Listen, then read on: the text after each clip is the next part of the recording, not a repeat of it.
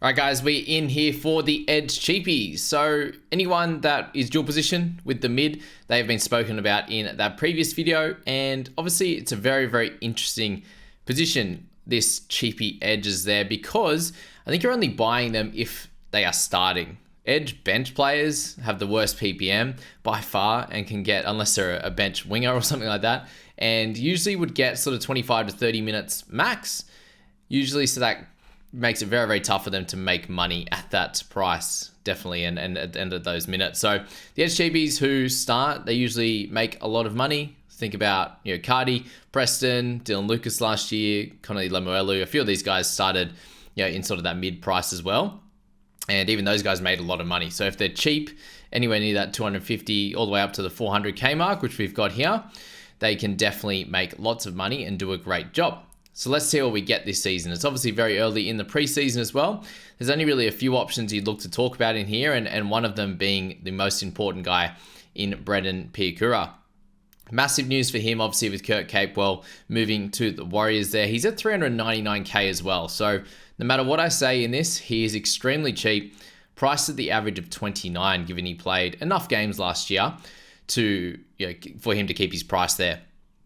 And a lot off the bench as well, which was helpful. So you look at this straight up and go, hello dollars, hello the cash I'm going to be making. But it is a maybe, because let's delve into it now. So the average of 34 in 70 minutes on the edge last season, that only gives him 5 points of value. And you're looking at when he starts, the 41 average in 78 minutes, so basically the full game there. And that's 12 points of value, which is, it looks a lot better, right? So it's definitely no slam dunk pick. I'll tell you why in a second, but Mins should be there, and he's so cheap, likely to improve as a player, given he's obviously a youngster, and he has upside closer to 50 for sure. If all things, all the stars align, he could be a guy that makes a sort of 200, 250K, and I put out there in the hot takes video that he should make it to 600K at some point, and by the time he gets to there or close to it, he will be a sell. And I still stick by that. I definitely think he has a bunch of weeks in him where he can hit a 50 on average, maybe a 3-game stretch where he scores a try or two in that 3-game stretch and sort of makes close to that 100K just in those 3 or 4 weeks. And, he does really well for us at some point. But do expect that there will be low games as well. And again, I'll tell you why. So his tackle numbers really, really suck. He had 16 net tackles. So that was, close to 22 tackles a game. And, the close to 3 misses, which I'll jump in and show you in a second in footy stats. But the scariness for him is in those 3 games over the final series, for those that you can't see on footystats.com, he played 63 minutes across those games, where a 20-minute game, a 25-minute game, and an 18. So what that ended up with was 17 total points there. That 18-minute game, he got 2, I think it was 9 and a 6 across that, 9 and a 5, whatever that was there. It ended up being 17 total points, which is pretty disgusting. So let's have a look at his footystatistics.com now and show all of the games that he has played there and see if we can make a bit of a synopsis on where he'll end up. So there's some low points game in there for sure. There's 2 9s, a 3 9, sorry, a 6 and a 1. In his very short 12-game sample or whatever that is there. So you're looking at him having to, get big minutes and do really well at that. And what you're looking at is a game here with 42 points, and that did include a try saver and 6 tackle breaks and 130 meters, so a big one there in the last game of 2023. He also has a 51 and a 52. So 3 scores well above his current price point, which is great. But he also has some lower ones in there. So other ones in 80 minutes, one of these had a line break in it and still got 31. He has a 29 there as well, and that's with 4 tackle breaks. And still, plenty of missed tackles at that, unfortunately.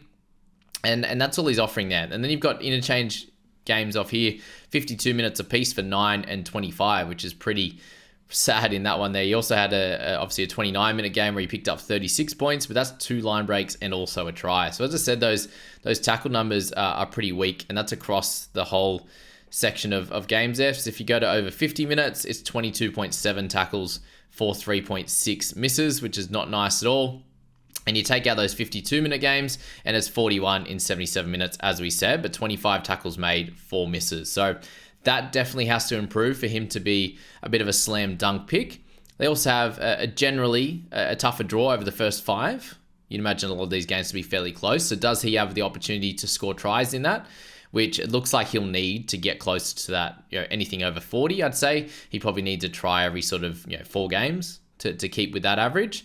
But at an easy kind of level there, you'd imagine if he just sticks to what he's doing now, then he'll be somewhere in the mid-30s. If he does improve a little bit, it's 40. And if he improves a decent amount and plays 80 each game and scores a few tries, he could be 45 up to 50. So there's sort of 3 tiers where Brendan Piakura could be at.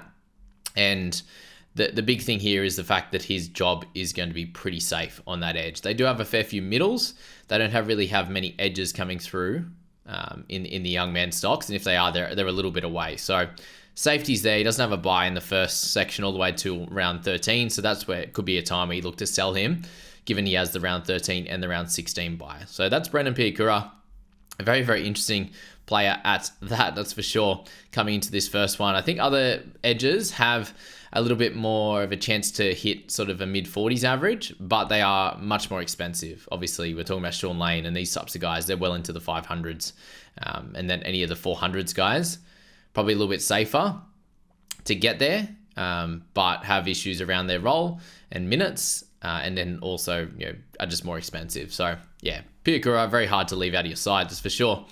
Let's go Jacob Host next. He's very much lower in the pecking order at 397k. The average is 29. So I think he's probably 3rd or 4th in line for that edge spot. There's talk of Talis Duncan. Jai Arrow could play there. I think Hostie's days are done of even being an option, given he had a bit of a shocker when he did play. That first game, he was on -5 or something at one point. It was just a joke.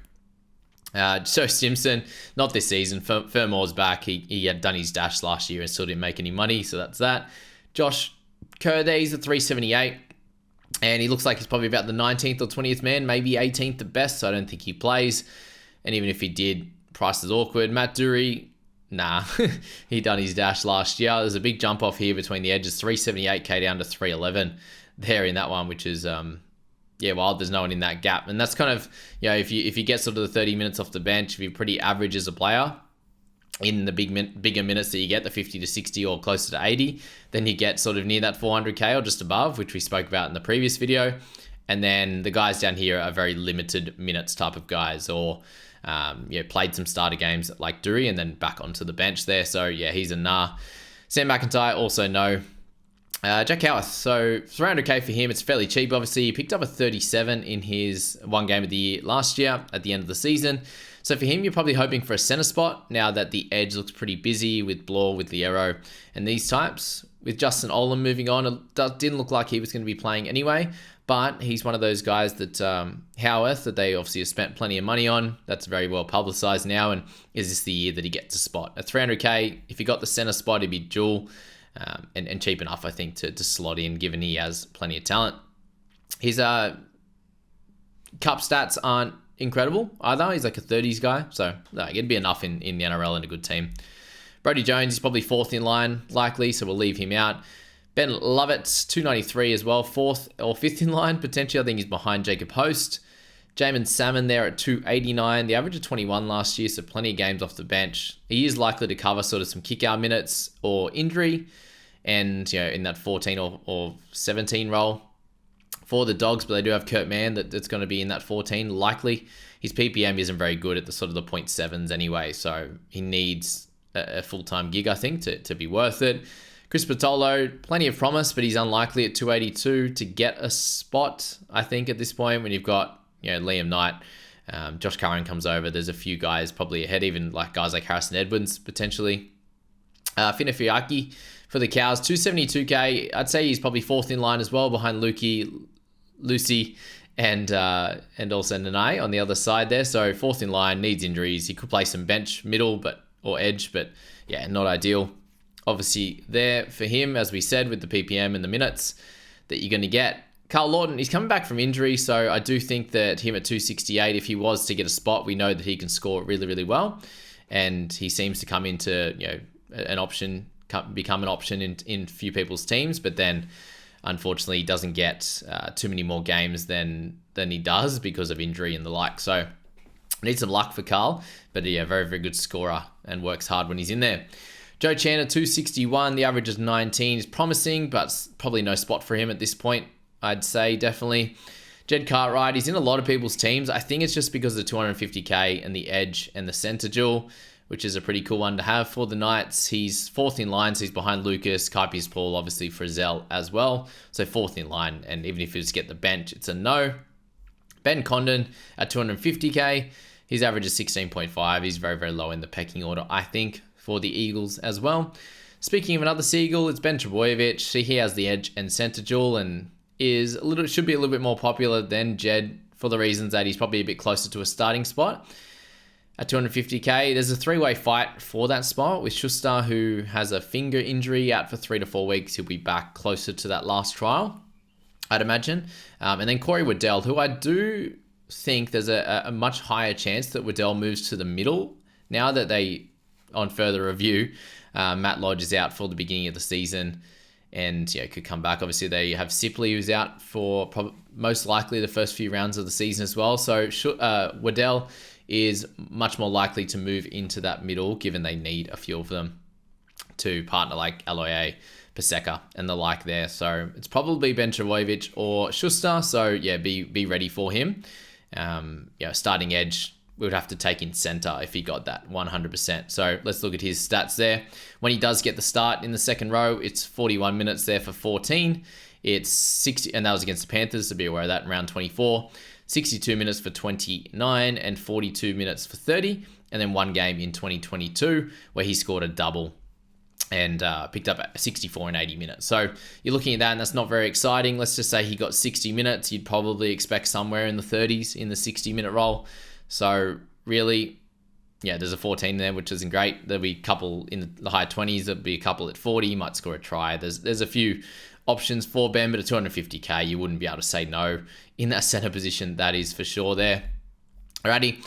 Tumeth from the Tigers, again, very much out of the rotation at this point. And Matamua, a bit closer to the rotation. I just think he needs to start, I think, for him to have value, obviously, which is unlikely. He's had a bunch of games off the bench and never got away from this price. So yeah, Matamua, plenty of talent, but let's see what happens in the trials and the like. Keeley from the Dolphins, a no. Fulton is also a no with the Eagles. Sifakula with the Warriors, again, a no at this point. So many forwards. Maverick Gaia, 230k, fighting for a bench spot in the 17. I think he's fighting with Liam Henry for that 17 spot. Definitely consider and watching the trials. Do they have an edge on the bench there to cover for? They obviously don't have Salmon anymore, who's moved on. They don't have Hosking, so do they have a bench edge to cover for Sorensen and or Liam Martin? With Liam Martin, definitely the guy that doesn't play 80 minutes throughout the season as much. And then Sorensen, they were giving spells as well. So have a look at that. He could be the guy to fill that, given he is an edge there.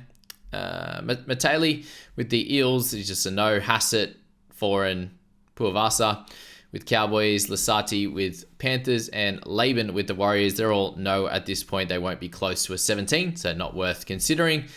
Then we move to the Edge Cows watch list. It's Piakura up top with Ben Trebojevic, Jack Howarth, and Maverick Gaia. It's pretty slim at the moment. Obviously, some dual guys in the mid and the edge. But as I said, this position here, if they're an edge bench guy, we're not touching them. Any of these guys, if they were to be on the bench, we're not putting them in our side and they're our main watch list. We are looking for any of these guys to get starts. And if there's injuries and things like that, suspensions or whatever that comes up in the preseason, we have 2 trial games, things can happen. Definitely round 1, things can happen round 2 and the like. Then these guys could potentially come options. So we just need to have a general idea on a few of them.